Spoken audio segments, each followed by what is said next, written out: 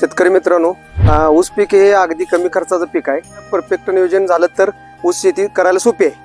अतिरिक्त खताचा वापर न करता जे काही लागणार आहे तेवढं योग्य पद्धतीने त्याला दिलं तर ऊस पीक हा आपल्याला शेतकऱ्यांसाठी सोपा सरळ मार्ग आहे. आता अलीकडे शेतकरी काय करायला आहेत की अतिरिक्त उत्पन्न काढण्यासाठी अतिरिक्त खताचा वापर जास्त करायला ती आणि योग्य ते खत वापरून नियोजन केलं तर या पद्धतीने ऊस येऊ शकतो. मी पण त्या ह्याच्यातच होतो, अतिरिक्त खतं टाकणे हे करणे, पण मी पण आता कमी करून ह्या ऊसाचं व्यवस्थित नियोजन केलेलं आहे. मी मनच्या मार्केटिंगचे प्रोडक्ट वापरून कमी खर्चात जास्त उत्पादन कसं निघेल हे बघायला लागलो आम्ही. तसं हा माझा 65 गुंठ्याचा प्लॉट आहे.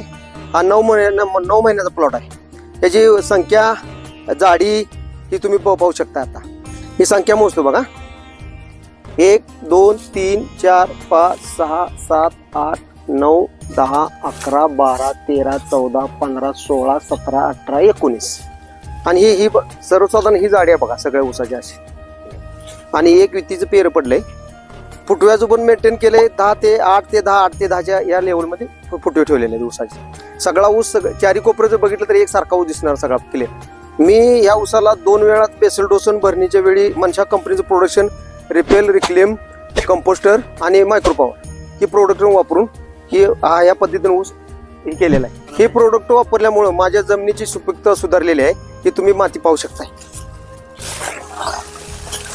दरवर्षी प्रमाणे ह्या वर्षी पण माझं हे प्रोडक्ट वापरल्यामुळं माझं उत्पन्न वाढणार आहे. जे तुम्ही काही इतर वापरत असला तर ते थांबवा आणि मनशा मार्केटचे वापरून बघा आणि जमिनीची सुपीकता वाढवा.